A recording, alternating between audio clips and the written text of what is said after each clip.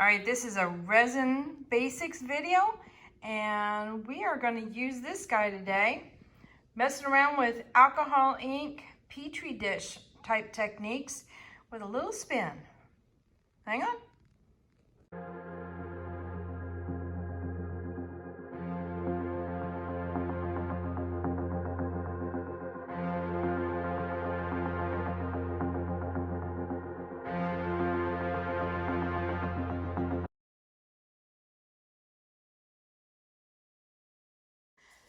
Howdy Howdy, this is Clara Lawrence.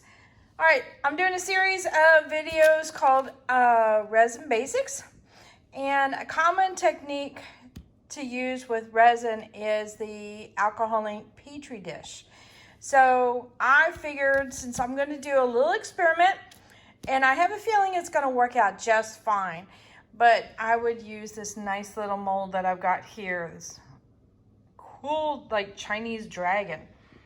I have done a petri dish before with this, as you can tell by some of the colors. And yeah, sometimes alcohol ink can stain silicone, but it's not too bad. You can use it over and over again, so it's not too much of an issue.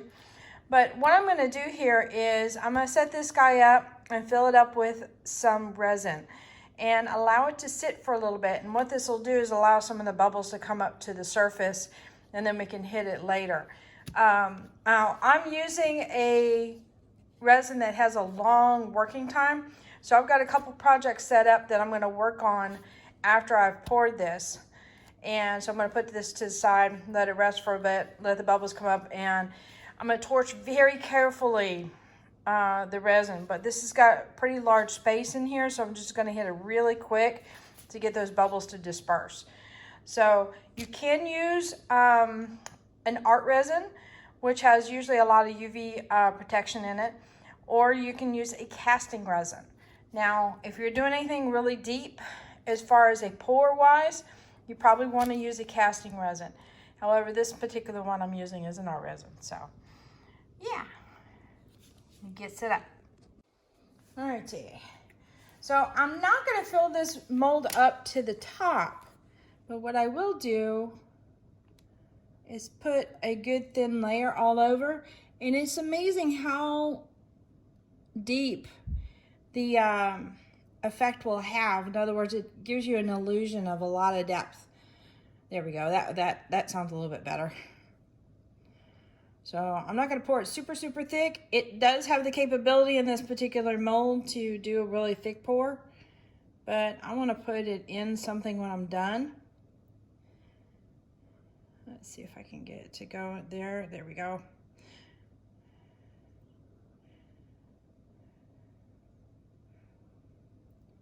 Whoops.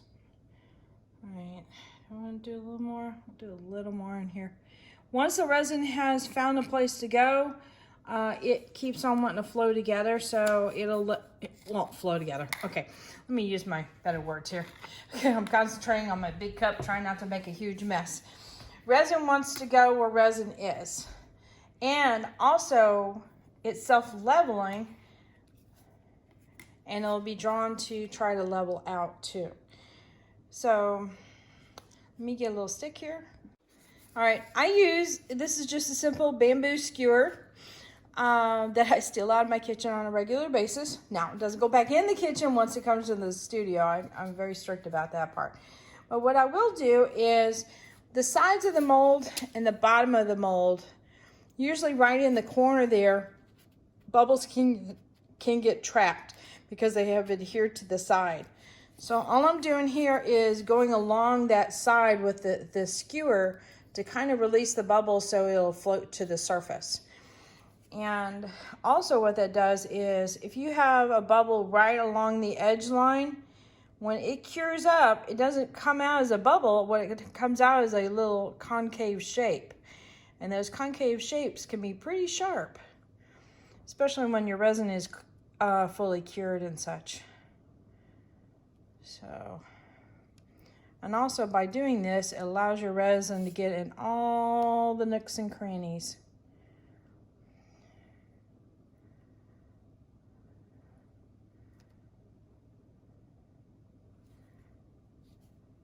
Like this little area in here. kind of pushing it through there.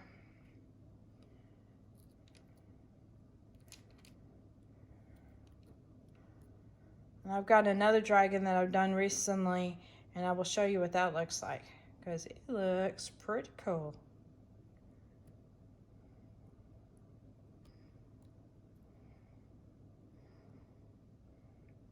Now, we encourage you with any molds you do with resin to do the same kind of thing if you can.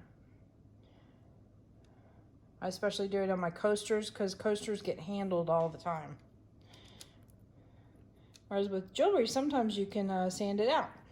All right, so this area right here is really dry. So I'm gonna kind of push some of this resin in here just to make sure all of it is coated. And then I'll probably end up pouring just a little bit more in there.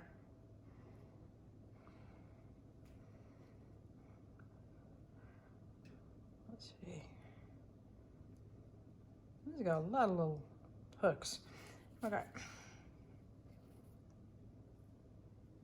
Do the little inside pieces too.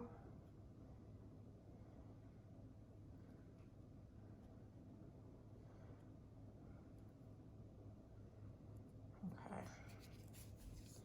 Now right now my table isn't level, but where I put these things at to cure is. So I'm not worried about it leveling up. Let's see. Yeah, it's got a fairly thin coat. So I'm gonna pour a little bit more, mainly in this middle area because it's easier to pour in there and not mess up.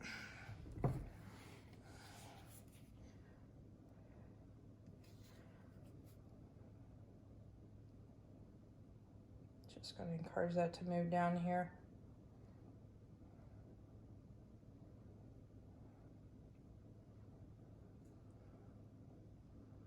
It's going to go into the shape.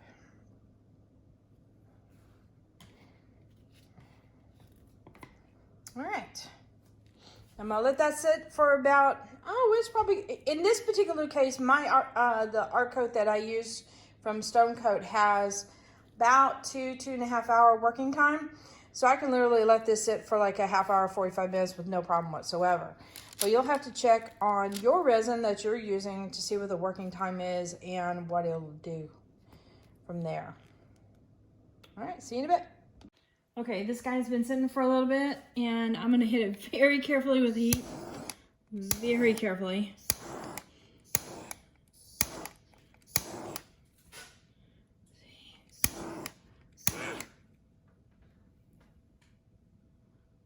All right, I think we're good on that part.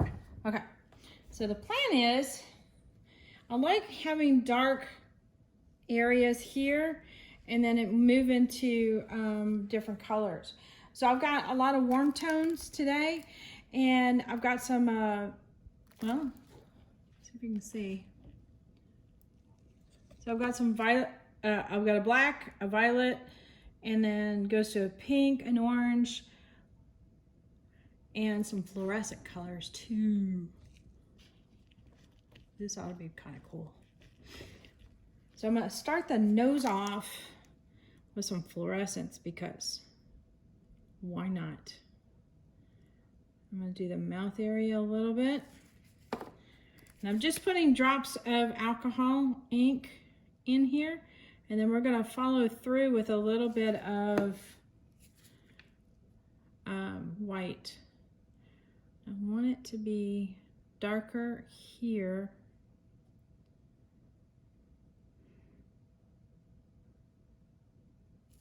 This is more of a darker orange, but I'm also going to incorporate some of this neon into the dark orange and kind of break it up a little bit. So that should be fun. And bring in a little bit of the pink before we get super dark. I'm bringing in the violet right now.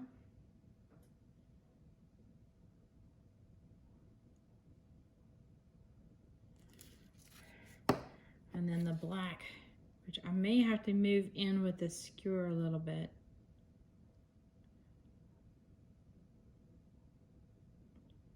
It's hard to get in these little areas. Which now you can see why I've got black on the edge of my mold. Yeah. There. Okay, now the next area I'm going to work on is down here, so that way I have this kind of brilliance and that kind of brilliance there. So,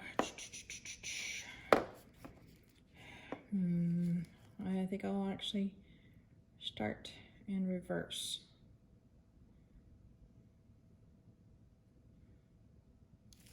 Get the blacks in there where the points are, and then a whole lot of violet. Kind of doing an ombre, kind of. But I always overlap the colors a little bit because it gets a lot more interesting that way. All right. So what I'm going to do here is some pink, and I'm going to move the pink into the orange.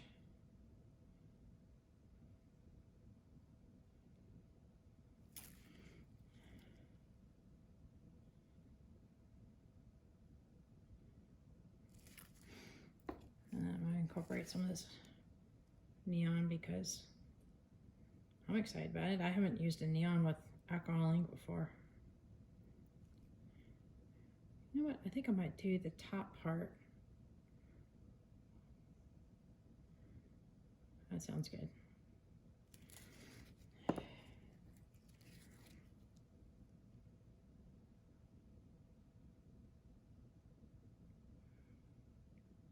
I'll probably put this guy in a tray and incorporate it with some other resin, so it'll be fun. Now I'm going to put a little bit more pink on this one bottom area, mainly so it'll get some kind of movement going on here. Let's see. All right, I'm going to incorporate a little bit more pink up here.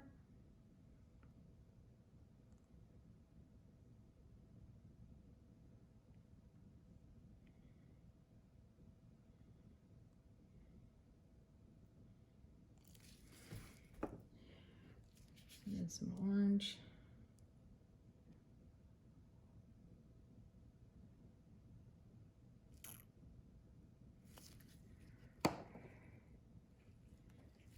Do a little bit of the yellow here, I think.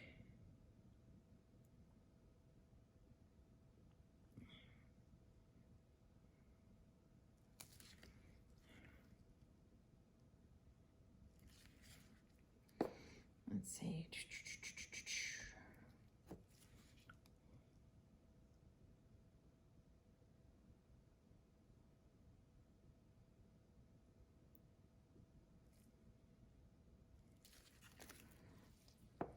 All right, I think we're good on the colors.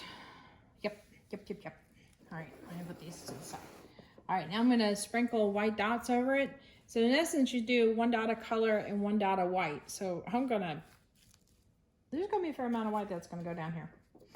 Always give your white a good shake. And I'm using Pinata white to go on top. I'm gonna be doing a series of these videos with the alcohol ink going into resin like this in the Petri dishes. We're going to explore different techniques. So you pick and choose what you like. And I'm going to actually incorporate a couple different ones in here. And I've got a surprise element I'm going to bring in too.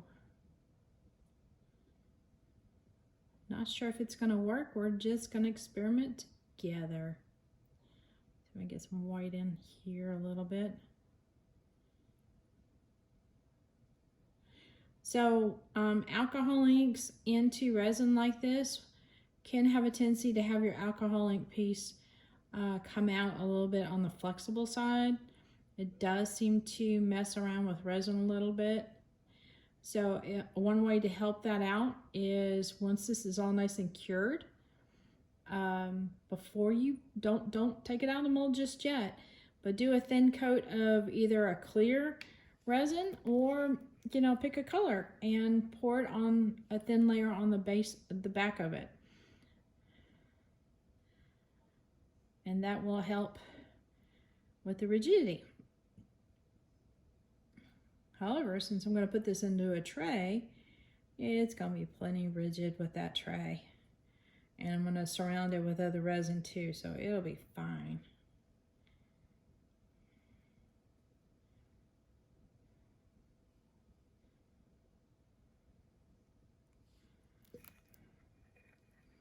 So what this white alcohol ink will do is, because it's got a lot more pigment in it, it's heavier than the alcohol ink, so it pushes it down into the resin. And so it creates this, what they call Petri dish technique, and it looks like, you know, mold or fungi grown in a Petri dish. And it ends up with a lot of depth to it. It's really cool. And I have to admit, they are very addicting to do. They're fun, fun, fun. And of course, I've got to change it up a bit. So check out my other videos. I did a lot of them with just coasters. So that way you can see exactly the effects in a side-by-side kind of comparison. So I just broke them down into a bunch of different videos to explore each of the techniques. All right, I think I am good with that.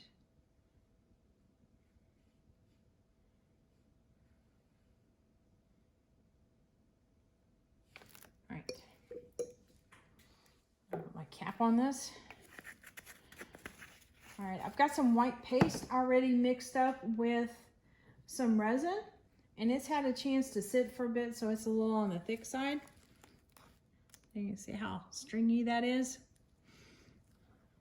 And I am going to, I'm going to try and run a line going here, here, and here. I don't know if it's going to carry all that way, but we're going to try and do a thick line so we can do like the front.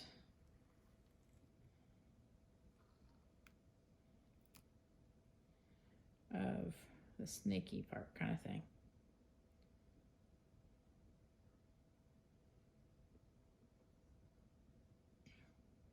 Oh, that couldn't have worked out more perfect. All right, I'm gonna go up the edge there. I got a little drip there. Okay.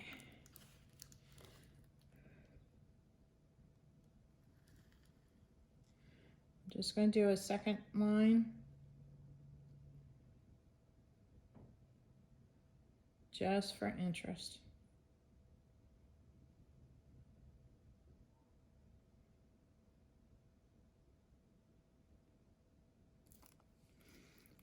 Okay, now here's the thing I'm going to experiment with, because I'm not sure how it's going to do.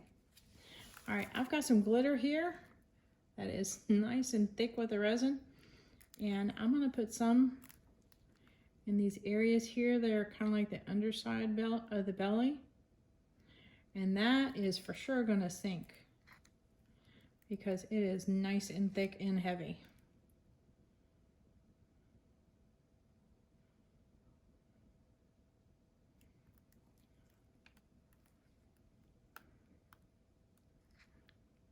I'm trying to get the right shape of a blob here. It's a technical term. The blob.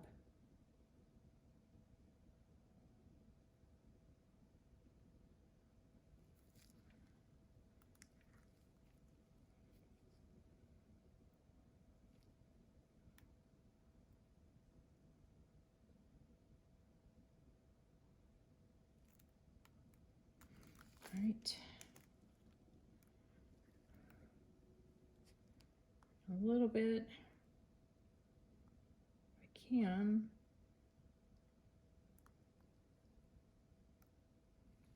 Right along this edge. A little bit's tough when it comes to thick stuff.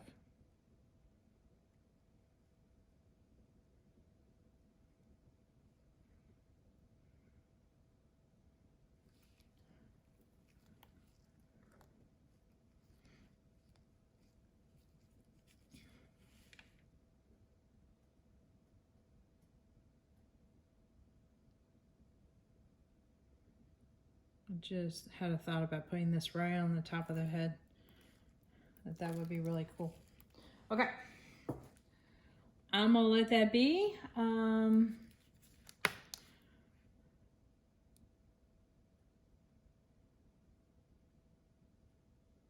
Move that a little bit.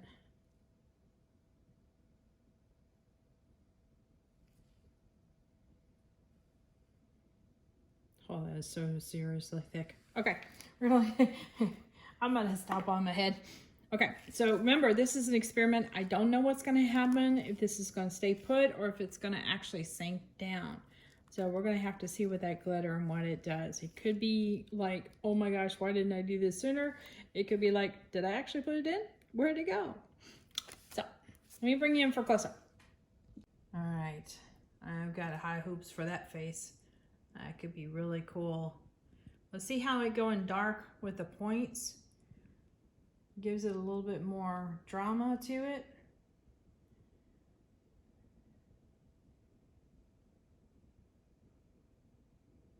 Ooh, doggy, this could be cool.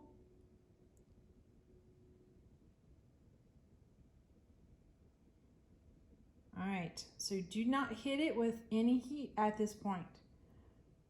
Just let it be, and the alcohol itself will help disperse some of the bubbles too. So, until later. All right, this guy is cured. It's at what I would consider a soft cured, meaning it's very flexible right now. And it's a little bit easier to pull this out of the mold, I think, especially when it's got a lot of points in there and such. It allows me to really bend this mold around and such. Now, if I want this to be nice and firm, if you want to call it, like for an item that stands alone, I would go ahead and pour a clear coat or a color coat on top of this, of just, you know, with no alcohol ink whatsoever in it. And that way your end result is going to be nice and solid. But alcohol inks do have a tendency to be flexible. Let me show you a piece. Here's another dragon that I did. And see, it's really kind of bendy. Now I've had it under some weight to get it nice and flat because I'm going to lay this in a tray. But I just want to show you that if I wanted this to be a standalone thing, like a trivet or something like that, I would go ahead and add that extra layer of resin on top of that, and that will take care of that problem, no problem. Hopefully that made sense there. Sorry about that. All right, now let's get this thing out of the mold.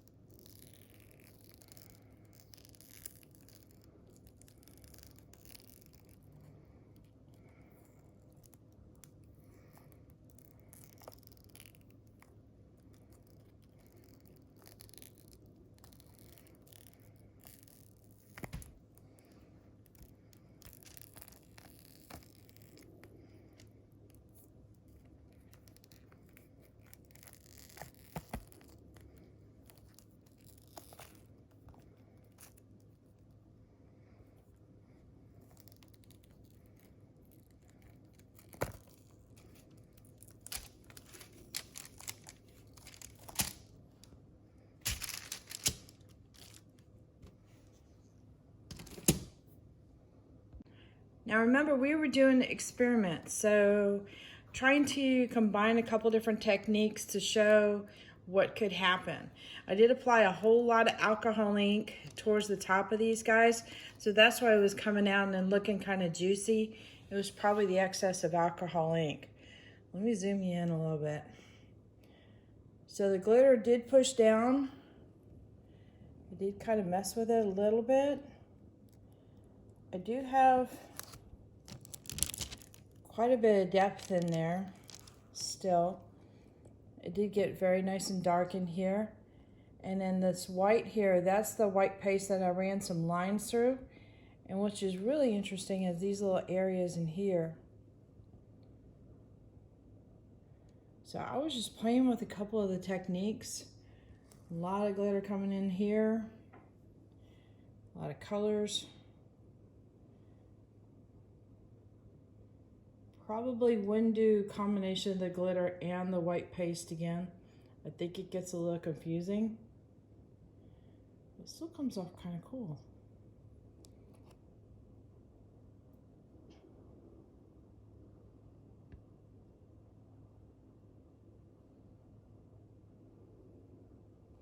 So I'm going to show you the flip side of this guy, because this is more of a traditional Petri dish and what it does. So it creates those little, I heard somebody refer to them as like little lily pads, which is pretty accurate. Let me see if I can get in on the edge there just so that you can see what it does.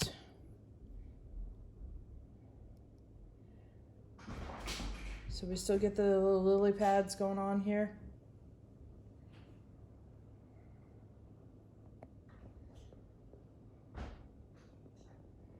And the glitter.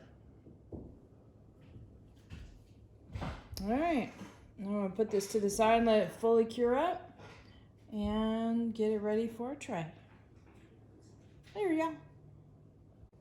All right, so hit that like button, hit the subscribe button, but definitely hit the bell to get notified next time I put a video up. And check the links in the description below for my Etsy store and all the colors I use in resin, with the exception of these alcohol inks I get from Artist Till Death, and any links for supplies I use. There you go.